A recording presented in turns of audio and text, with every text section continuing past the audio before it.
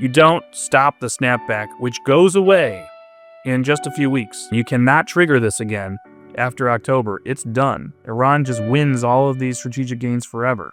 Whatever games they're playing with Rafael Grossi at the IAEA are irrelevant distractions. You have to complete the snapback because you don't get another chance at it.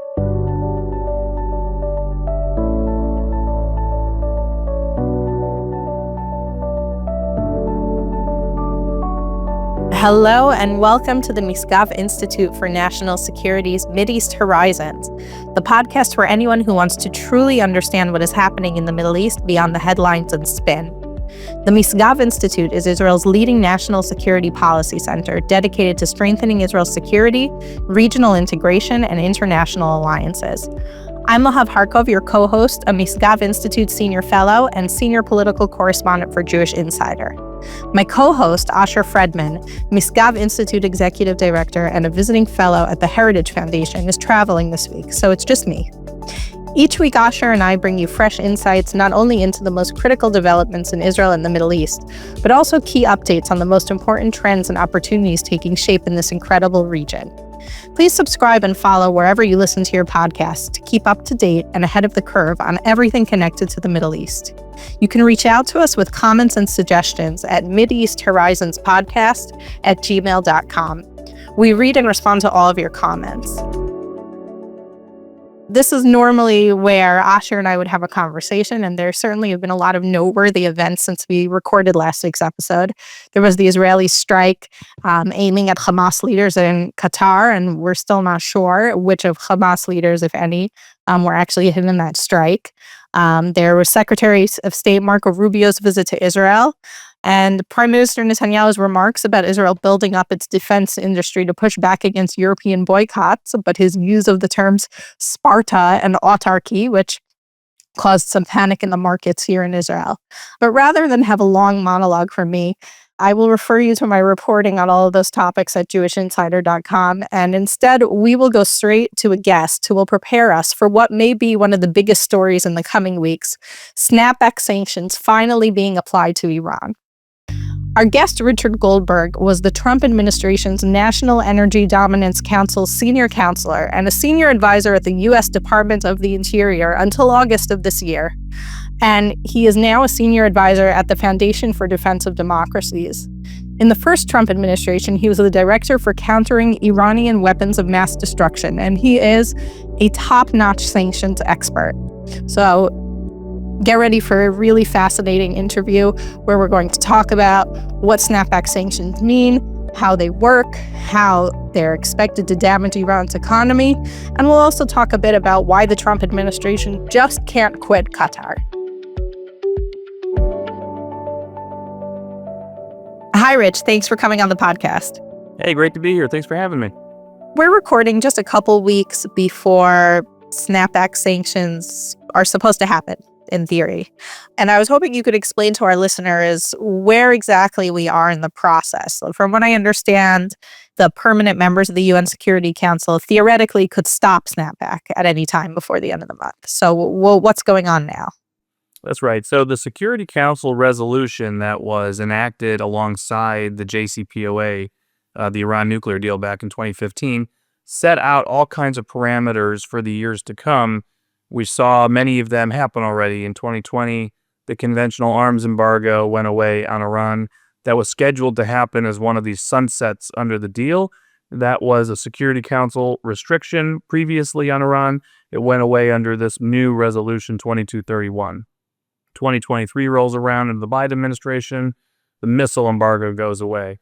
Well, another one of these sunsets was snapback itself, and snapback as a procedure baked into the resolution. This was part of the negotiation, and this was part of the marketing sale to Congress and to the American people by John Kerry and Barack Obama at the time, saying, hey, if Iran violates the deal at any time, we can just bring back all of the sanctions from the United Nations in addition to U.S. sanctions, and everything that they might be gaining over the out years can just go away magically.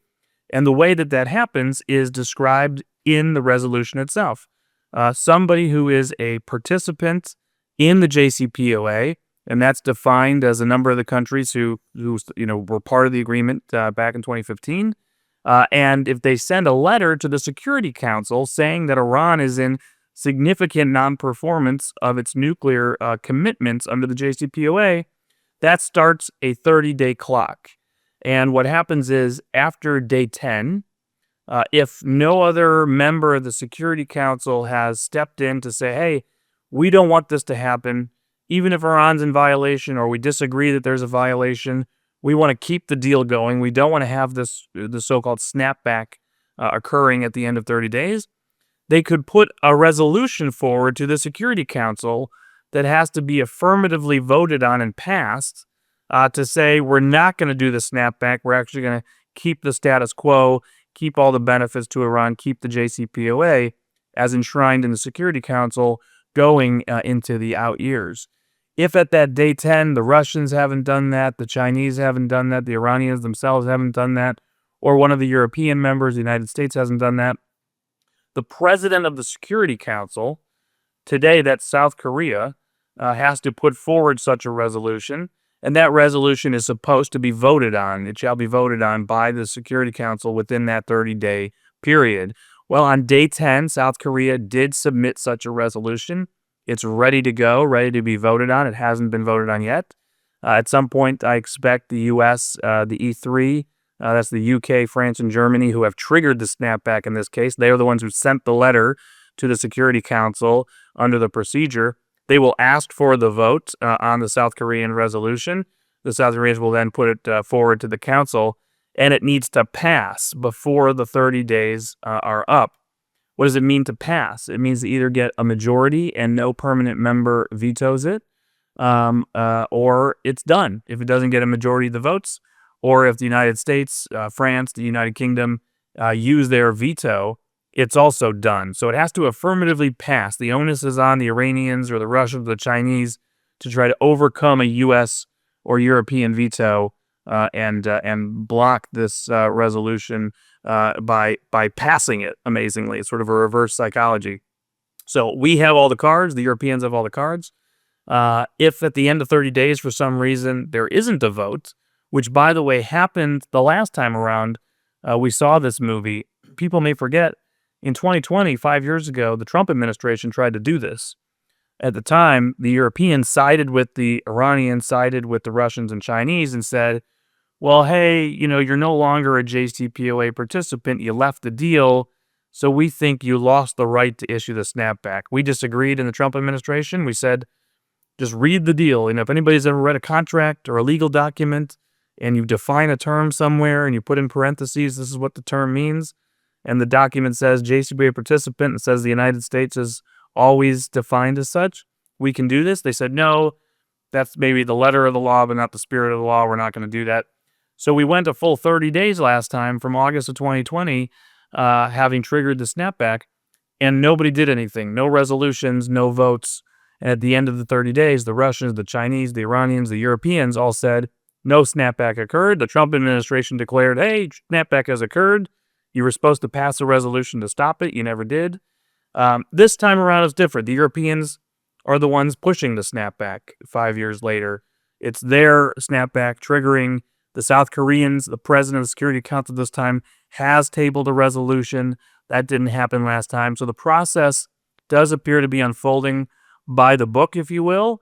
And then at the end of the 30 days, once that resolution has been voted on, and that's coming up very soon, and does not pass the Security Council, what is supposed to happen is that resolution that governed the JCPOA, that governed snapback, all these things, it just sort of self-destructs. It's gone. It goes away from being on the website, from being in existence on any legal documents, and all of the previous resolutions going back to 2010 and prior that were putting sanctions on Iran because of its nuclear and nuclear-capable missile programs will come back into force. So that missile embargo comes back, the conventional arms embargo comes back, zero enrichment, zero reprocessing as standards come back, and supposed to be a sanctions committee as well under the previous resolutions that gets reestablished. So that means we'll get through this 30-day period. We should have followed everything by the book. The Europeans should declare that snapback has occurred. We should be declaring snapback has occurred in the United States. Most nations will need to go along with that. That will appear to be the consensus. The outlier will be the Chinese and the Russians who may object. And then it's on the Secretariat, the UN staff, the Secretary General, and everybody else working there to change the website, to reconstitute the committee, to actually do the things that need to happen to roll back to the previous sanctions regime. And that will be the next test to see if the Russians or Chinese exert some kind of pressure. If some reason Guterres, instructs somebody not to do it. But I expect it will occur at this point. But Iran also has been like exerting pressure within the International Atomic Energy Agency, right? So my understanding is that they're now the vice chair. And so, I mean, what do we Crazy. at this point we're not even 100% sure what was destroyed in the 12-day war, even though it's safe to assume a lot was destroyed. Yeah. How are we going to be able to know exactly what's going on there? Well, Iran obviously is still a member of the Nuclear Nonproliferation Treaty, the NPT. They're a member of the IAEA. They go to the meetings. They've been elected, as you say, to the General Conference as vice chair. That's meeting right now.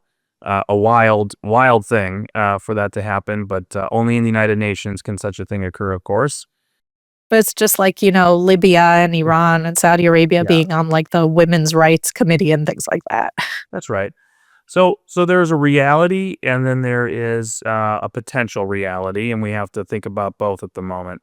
Iran, as a member of the NPT, has a comprehensive safeguards agreement with the IAEA. That is the basic commitment obligation they have to allow the most basic safeguards inspections regime that all members of the NPT are supposed to submit to. We like and we encourage members to adopt additional protocols to their safeguards agreement. You've heard this term before, so people are really in the weeds. Have heard about the additional protocol, and that Iran had agreed to implement the additional protocol as part of the JCPOA. They have since rolled back various elements of those commitments as part of their abrogation of the JCPOA. This has to do with sort of snap inspections and more intrusive videotaping and monitoring going on at more sites than you would think about across a supply chain and value chain within a nuclear industry. So a lot of that has been curtailed. By the way, that's not new. That's not under the Trump administration. It's not in response to the 12-day war. They started rolling that back under Joe Biden in 2021, starting to kick inspectors out of certain facilities, withhold recordings from the IAEA from certain facilities, started denying visas to like a third of the inspectors, all the most senior ones who know what they're doing. That was going on throughout the 4 years of the Biden administration. And now we have this reality check, which is where exactly would these inspectors be going? These are facilities that are largely under rubble, heavily degraded or destroyed. Maybe nuclear material trapped down somewhere that nobody can really get to at this point. Maybe not. Maybe all destroyed radioactive sites. So what exactly the job of the inspectors would be at the primary former enrichment sites is sort of a question mark. You'd be trying to look at what are they doing there, and if there's any reconstitution efforts going on, you'd be documenting. So that's important if you could get people on the ground.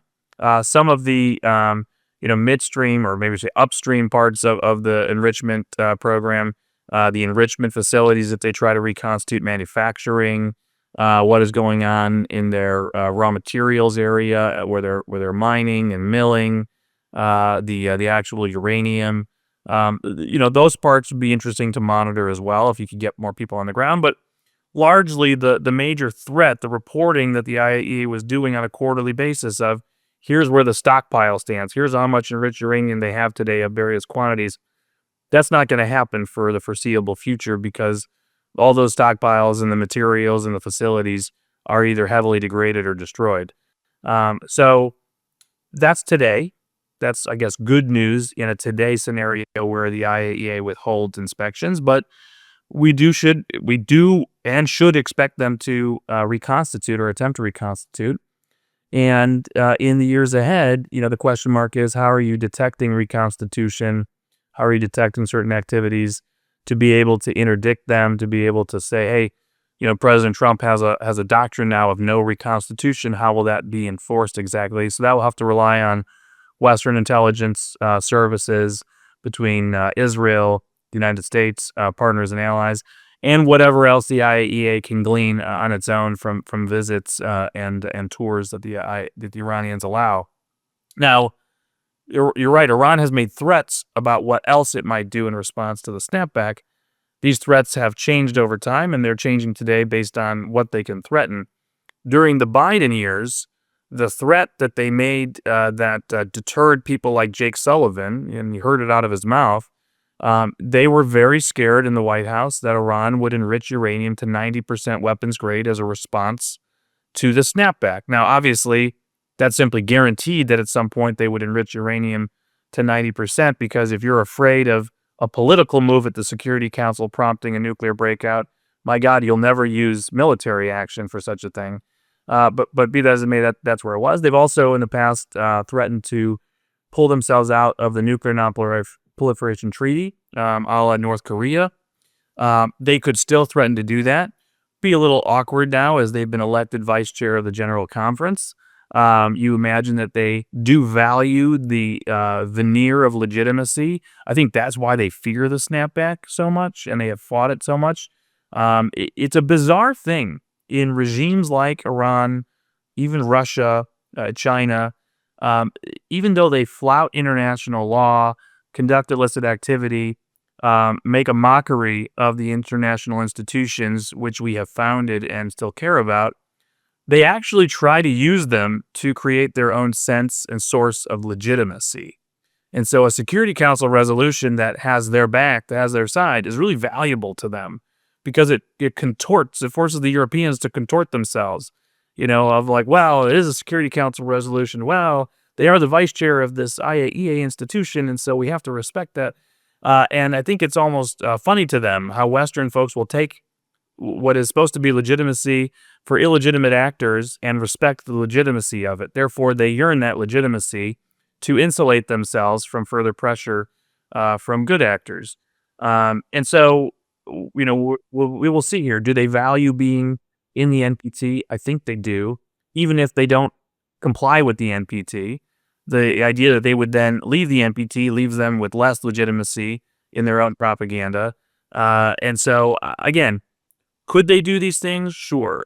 What exactly would they do in the short term to be provocative? Not that much, given the 12-day war and the result of the B-2 bombers. But we should be worried long term about reconstitution efforts, and therefore, we should obviously be pushing them to accept inspections, robust verification, and dismantlement of anything that is left over.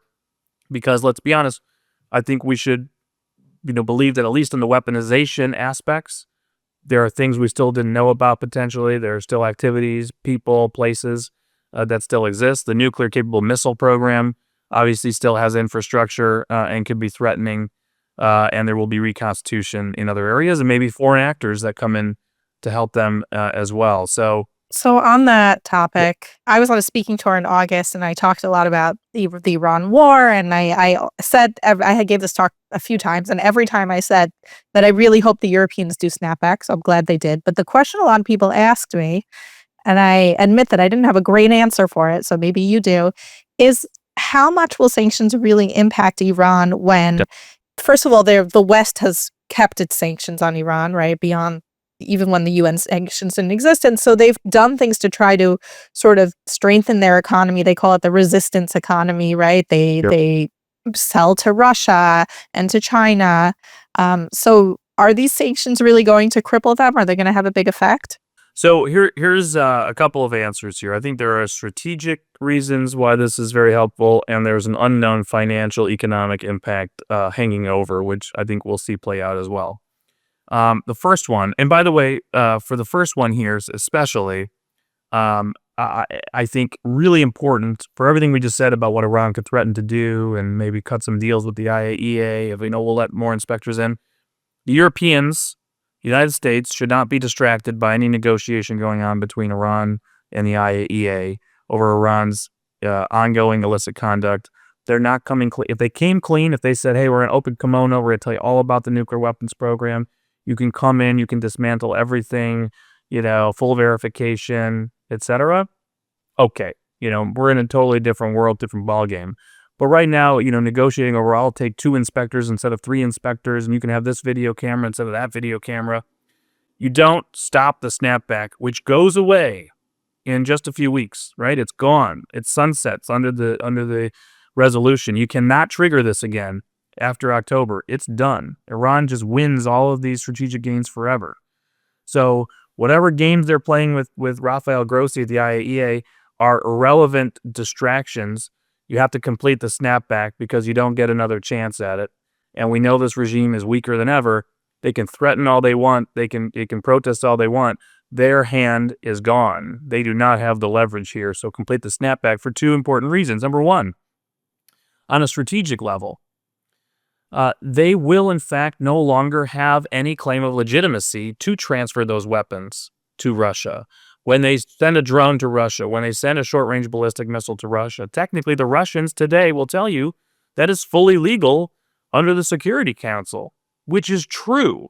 It may violate U.S. sanctions or European sanctions. It might be disgusting to us. We have lifted at the Security Council under this resolution both the conventional arms embargo and the missile embargo, which means transferring in and out of those systems, in most cases, including to Russia, is legitimate at the Security Council.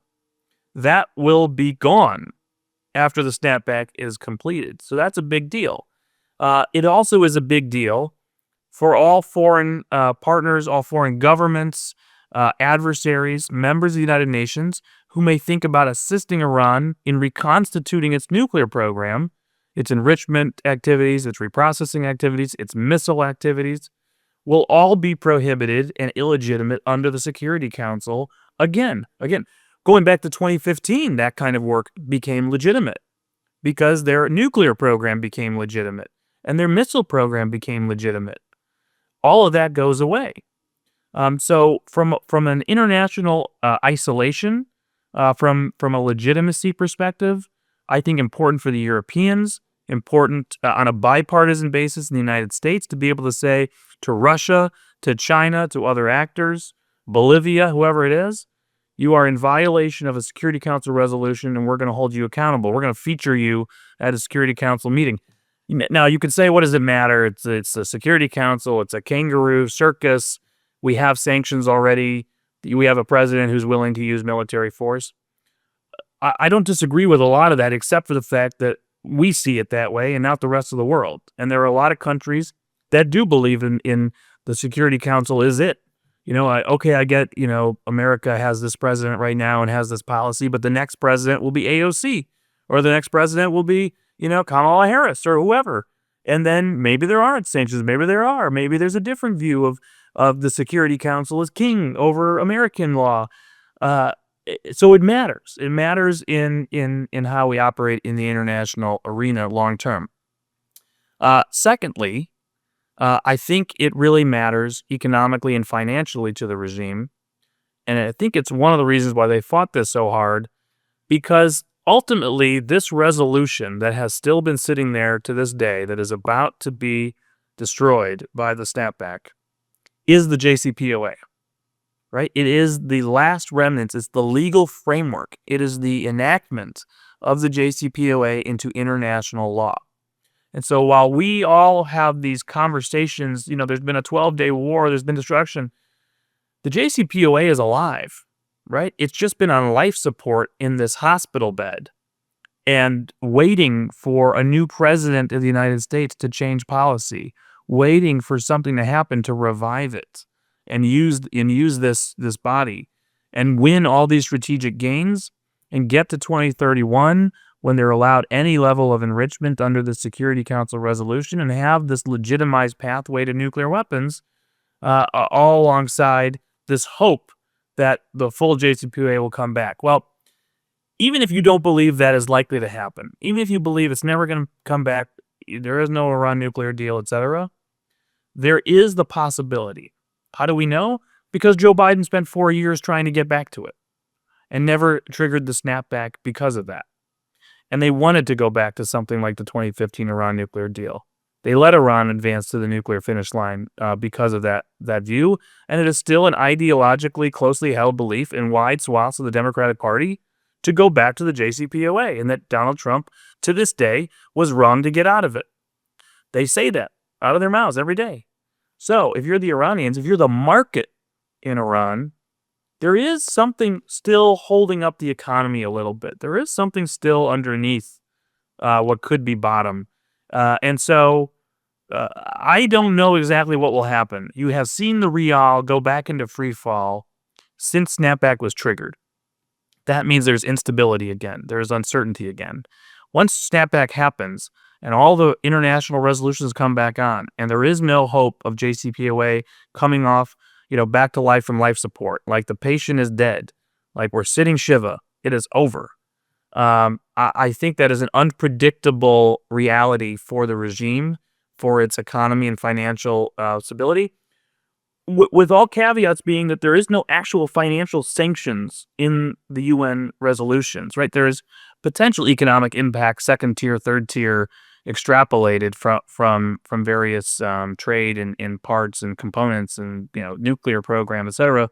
But not like bank sanctions and things like that. There are asset freezes that need to come back on individuals, things like that, but not total sector wide and economy Mhm. wide. But that narrative economic impact of the bottom falling out, I think we'll see a little bit from the outside, and I think a lot of things will be happening on the inside. Secretary of State Marco Rubio was in Israel this week, and when he talked about Iran, he talked about medium-range missiles that Iran is developing that can reach Europe. And we know, of course, that they have missiles that can reach Israel because many of them did during the 12-day war. In what way does snapback, if it does, in what way does it address this missile threat? And if it doesn't, then what needs to be done to address that? It does. Again, this is the Security Council. It's about legitimacy. It's about international actors supporting the program in any way, and also about legitimacy of Iran conducting any R&D, testing, launches on its missile program. All of that becomes illicit once again. Today, it's actually illicit, not just because of the embargo lifting, which means components can come into Iran and be transferred in. Technology can be provided to Iran since the missile embargo went away, and potential applications from the advanced conventional arms embargo also having gone away previously. But you also have a complete ban on missile testing under the UN Security Council resolution that had been given away in the JCPOA and diluted to calls upon Iran not to conduct tests, research and tests on nuclear-capable missiles. So I do think it hits the missile arena from an international law perspective very effectively. Has to be backed up by our own willingness, not just to enforce sanctions, but potential military interdictions as well. And I think this should be very worrisome still. We know that Iran's stockpile is not drained. Okay, so we should understand that as we sit here today, and we debate the status of the nuclear program and how obliterated are some of these sites, how many years have they been set back in their nuclear weapons capability. Understand that their ability to deliver very advanced heavy warheads with precision, as we saw during the 12-day war, still exists. And while we don't have a public number identifying how many exactly they have of medium-range ballistic missiles or intermediate-range ballistic missiles, the fact that we know they continue to work on their intercontinental ballistic missile program, not just to hit Europe now, but to hit the continental United States. It's always been their endeavor, and they've continued a space launch vehicle program to try to help them get there because that is just a cover for an ICBM program. This is continuing to be a worrisome aspect. Now, is it as potentially existential as the nuclear threat if these missiles were tipped with a nuclear warhead? Of course, not as existential. Does that mean a salvo of 100 missiles can't do enormous damage if the person who's receiving those, the country that's receiving those missiles, is not prepared for it, doesn't have enough interceptors for it? Fails to intercept, of course, that can cause mass destruction and casualties. So we have to be continuing to be concerned about the missile threat. You know, projects like Golden Dome for the United States continue to be relevant from North Korea, from China, Russia, and long term still Iran, especially if they continue to try to reconstitute the manufacturing and R&D.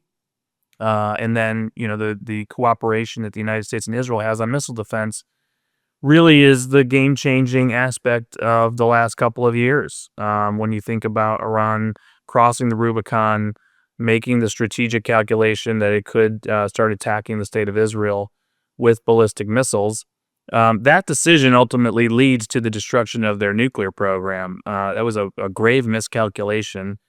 And I think either a misunderstanding or a lack of faith in how well U.S.-Israel joint missile defense technology would prove effective, and it did.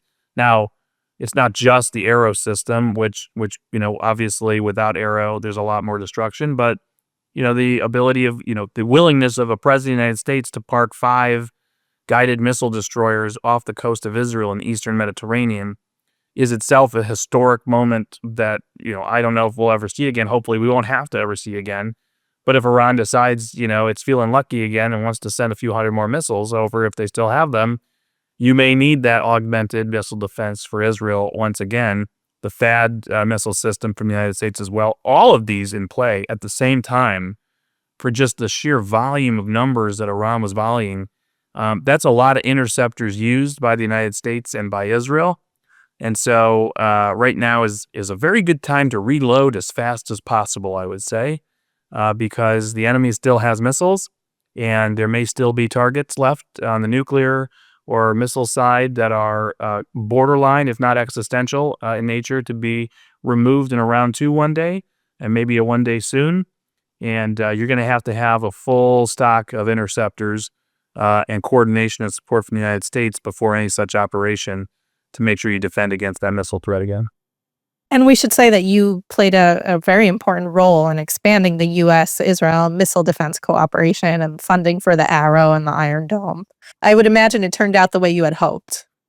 One of the most proudest things I've ever done in my life. Now, looking back, I always sort of believed it was a hypothetical, and we talked about it. My old boss, Mark Kirk, 15, 17 years ago, when we were talking about moving an X-band radar to the Negev desert to plug into Arrow and to just completely expand and revolutionize the scope of U.S.-Israel missile defense cooperation. We were, fighting for more funding on Arrow 3, upper tier intercept capabilities. I mean, all of this seemed like it was just never going to happen. I will admit, I was asked to do a seminar for high school students for the Tikva Institute earlier in the war. Somebody's going to finally look up this program somewhere, I realized. And I was asked to explain missile defense to hundreds, thousands of kids around the country in the U.S. At the outset of the war. And I took them through the entire layered air defense that Israel has and all the different programs from Iron Dome, David Sling, Arrow 2, Arrow 3, then, intercepts by air for, with aircraft, all the different things. And when I got to Arrow, I sort of said, and I don't think you'll see this in use, said at the time, but if there ever are ballistic missiles thrown in the air, I think I did it right before the Houthis had kicked off their first missile attack, a month into the war. I said, you won't see this probably, but if you do, this is how Arrow works, etc. And then I saw Arrow in use now, and I said, wow. And then once the Iranian attack started happening, I was like, wow, I cannot believe this is really happening. And to see the effectiveness of the Arrow system and and by the way, it's not me or Mark Kirk or so many heroes who championed in the U.S. Congress and the Senate and the House for many years, sometimes against budget cut requests from various administrations on a bipartisan basis, pushing against bureaucracy in the U.S. and in Israel, by the way, that were resistant to some expansions in this cooperation for sovereignty concerns, things like that. To now look back on all that work so many years ago and the path we sort of set our two countries on to keep exercising it and being ready for it, and to actually happen in real life and save countless lives in Israel and change the path of the war is remarkable. Well, I mean, the people of Israel, they don't even know they should be thanking you, probably most of them, but thank you. I mean, thanks to the work of you and others, we're still here today. I want to ask you about one of Iran's neighbors, Qatar, which right now is very angry at Israel. They gathered this whole conference of Arab leaders. I heard something very interesting that Rubio said in his press conference with Netanyahu earlier this week. So I want to read back this quote to you. He says, "We're focused on what happens next," meaning after Israel tried to strike the Hamas leaders in Doha, and we still aren't fully sure of what the results are. He says, "What role Qatar can play in reaching an outcome here, not just end of hostilities, freeing hostages, disarmament, but also a better future for the people of Gaza. We are going to continue to encourage Qatar to play a constructive role in that regard." Now, it didn't surprise me that the U.S. wants the Qataris to continue helping mediate the negotiations with Hamas because nobody else has effectively been able to play that role, even though the Qataris could do a better job. But what really struck me when I was listening to that at the press conference was that he said they're going to be involved in the better future for the people of Gaza. What is it about, I mean, and it's not just the US, and it's not just the Trump administration, but that's where you have better insight. Why can't they quit Qatar? Why do they think that Qatar is a constructive player for the future? I will put two realities down on the table that I think, from a bipartisan basis and from just realities of markets and defense and U.S. interests, do play a role, but perhaps we decide that they play an outsized role. Plus, their influence efforts make them, at least appear at times to be invulnerable from pressure, despite bad actions. Number one, they host a major artery of the U.S. military in Al Udeid Air Base there. The Combined Air Operations Center really coordinates a lot, if not all, of our air operations in the region. We base a lot of key assets there that need to be potentially moved to different theaters, different points. Now, you could just have a different base. It would take time. It would take a little bit of money, which another Gulf ally might pay for. I mean, you could just move all this to Saudi Arabia or to the UAE. Or you could say, hey, this is the base that just came under missile attack from Iran at the end of the 12-day war. Why do we have one of the most important bases right across the Persian Gulf, from Iran and within missile range? Maybe we shouldn't have critical assets, right there. And from our own security reason, we should think about how we start moving out of Al Udeid. But the Pentagon doesn't think that way normally. This is just how they do business, and it would be too hard to think about something else. And, they're great partners for hosting us. And so, life goes on there, and the DoD always goes to bat for the Qataris on the base. Similar, by the way, dynamic that has occurred over many years with Turkey. And then the second piece here, which I think does have increasing influence, is their dominance in the liquefied natural gas market and natural gas market in general.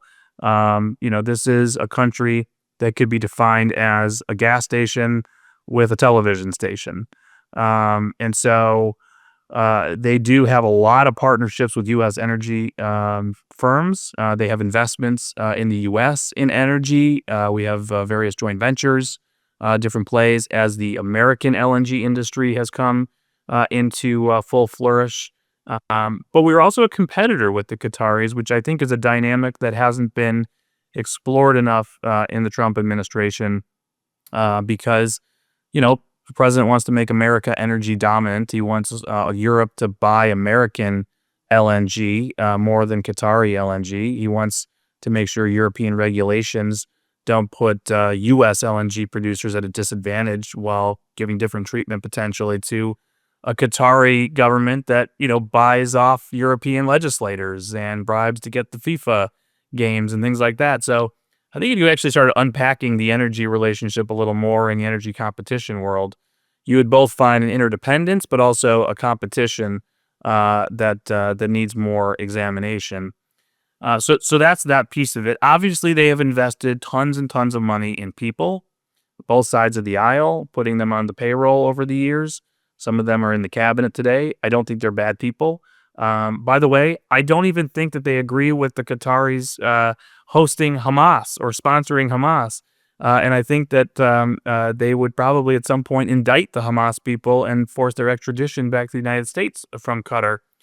But, when you're in the private sector and this isn't, your number one thing that you're thinking about, and somebody comes to you and says, hey, want to make $100,000, want to make $1 million? We'll put you on the roll. You'll just do things that are, for FIFA World Cup or whatever. And now they have this network that they've cultivated, and you've met them, and they're nice, and they're wonderful, and how could they be Hamas people? Like, I don't know. When they do real estate deals with people, and they cultivate relationships. So their tentacles are everywhere, in addition to the higher education spending we talk about, buying sports teams, investing in critical infrastructure, the state of And South of course, Carolina. Al Jazeera. Yeah. But the state of South Carolina is hugely dependently economically reliant on Qatar. Right? And do you think they just pick South Carolina for no reason? There's a reason they pick South Carolina, and I won't go into it. The reason being Senator Lindsey Graham, who is an incredibly strong ally and voice and expert in national security, with a reality of the Qatari presence in South Carolina, right? And probably a different impression of the Qataris than I have, not having that economic relationship and seeing that in my state. So yes, it's not a criticism of the people, just to be clear here. It's an examination of the influence network and how the Qataris operate and how they become insulated in this regard. It's very sophisticated. It's very, long-term thinking.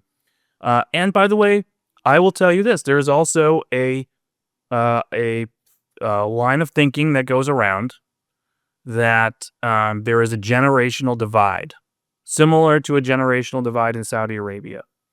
Why isn't there normalization with Israel right now? Well, the king is not dead in Saudi Arabia. Crown prince is still the crown prince. Maybe that will happen still when while the crown prince is still a crown prince. Maybe not. There's a similar type of behind the scenes whisper campaign that the younger Al-Thani doesn't agree with the sponsorship of the Muslim Brotherhood, doesn't want to see Qatar the way it is today, doesn't want to be hosting Hamas, but the elders do. The elders are still committed to the ideological cause, or at least the belief in playing all sides. His mother sure is. I don't know if you've ever looked at the Instagram of Sheikh Hamotza, but it's like Hamas propaganda 100%. Yeah. So there's this belief that once that generation is gone, suddenly, the younger generation will just be like, yeah, we want normalization with Israel too. We're not with the Muslim Brotherhood. Do I believe that? Not so sure. So that is the reality we face here. Now, I will say one thing. For all of their investment in people and in the economy and in higher education and, all the stuff, and come here, we're going to throw money at you, and, oh, President Trump, we love you. Here's a 747. That was a genius idea. Like, it will just give you a 747. Like MBS never had that thought. That's crazy. But you know what? In the end, anybody who's out there for a moment who ever believed that the United States had no idea Israel was about to do what it did in Doha, give me a break. You are either so stupid or you're a willful idiot that you would believe, any sort of news report that, oh, it's just shocking. Oh, people. I mean, one of those news reporters, and I'm going to be the one to not name names this time because it's someone I know. He first reported Israel didn't tell, or that Israel only told President Trump at the last minute. And then 3-4 days later, he reported, oh no, Israel warned the U.S. far in advance. And I was like, of course Israel did, because what are there no missile defense, air defense systems on the Al Udeid base? Like, you'd have to be an idiot to think the U.S. didn't know. The U.S. owns the airspace. It would need to deconflict with the Israelis in advance. Otherwise, you'd have a major problem. You'd also just have a major problem because there's a U.S. airbase right there. There's U.S. personnel on the ground. You don't know where they are. It's a U.S. Major non-NATO ally. It's central in the negotiations. It's central right now, whether I agree with that or not. It is central in the negotiations over Gaza. It's the focus of the President of the United States a lot of this time. You wouldn't surprise him like that. They didn't do it on Iran, and they didn't do it here either. That was obvious from the beginning. And if you read the president's very carefully crafted statement, he never said he never talked to Netanyahu before that morning. He never said it was the first time he heard about an attack. He just matter-of-factly gave a TikTok of the day. I was notified by the U.S. military, the Israeli military were attacking shortly before the attack, and I told Witkoff, blah, blah, blah, blah. He doesn't say what happened yesterday. Doesn't say what happened over the weekend or last week, right? He leaves that out. So that was pretty obvious. He didn't say a blanket statement. I have never had knowledge of this. We have had no knowledge of this prior to this, right? He didn't say that on purpose because, of course, he had knowledge of it. Because the Netanyahu would be like literally crazy to do that. And the reaction of the United States, absent that coordination, would have been far more severe than what you saw. What you're seeing is trying to placate the Qataris because they're freaking out, and the U.S. needs to keep them quiet for whatever they think that's important.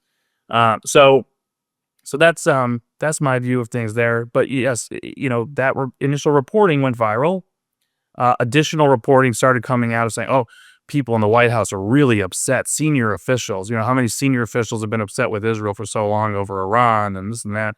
Never confirmed, never supported by the words and statements of the President of the United States himself when he finally speaks, or of senior leaders like Marco Rubio.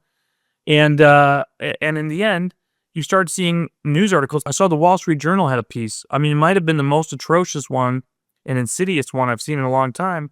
Some of them very senior, long-time reporters I've respected. It's all about Netanyahu and Putin are testing Trump. I missed that one, but that is a very strange take. Like, what is the logic? Well, Qatar happened, and incursions of airspace in Poland and other areas of Eastern Europe are happening.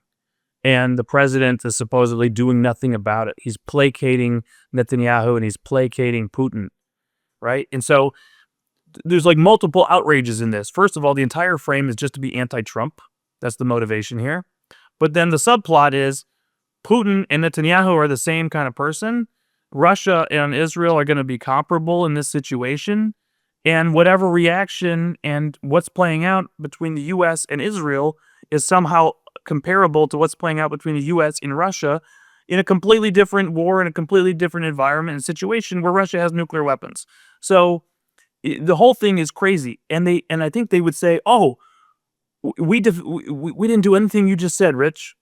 The entire piece starts with the only factual part of the entire essay. I mean, everybody should read it. It's so crazy. Israel is a U.S. ally. Russia, a U.S. adversary. And then the whole piece goes on to just say Putin and Netanyahu are the same situation and Trump's not doing anything. So let's say, well, up front, you've already, your whole up front is correct. They're not comparable, even if Israel hadn't given us a heads up. But they did. Of course they did. So it's even more unbelievable. But as you say, there's now reporting coming out during Rubio's trip for citing multiple Israeli officials, basically saying, yeah, we would never move without Trump knowing. Of course he knew. Yeah. Wow. Very bizarre from the Wall Street Journal. Well, that's all the time we have. So thank you so much for being here. It's been very interesting. And I know you've been talking a lot about humanitarian aid in Gaza and other topics lately, so we'll have to have you back again. Thank you for being here. You bet.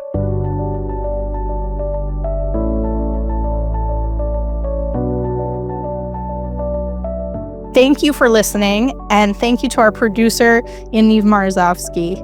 We will be on hiatus next week for Rosh Hashanah, but we will be back after that. So make sure to subscribe, like, and follow Misgav at www.misgavins.org and on social media, and send your comments, questions, and suggestions to MidEast Horizons Podcast at gmail.com. Shana Tova.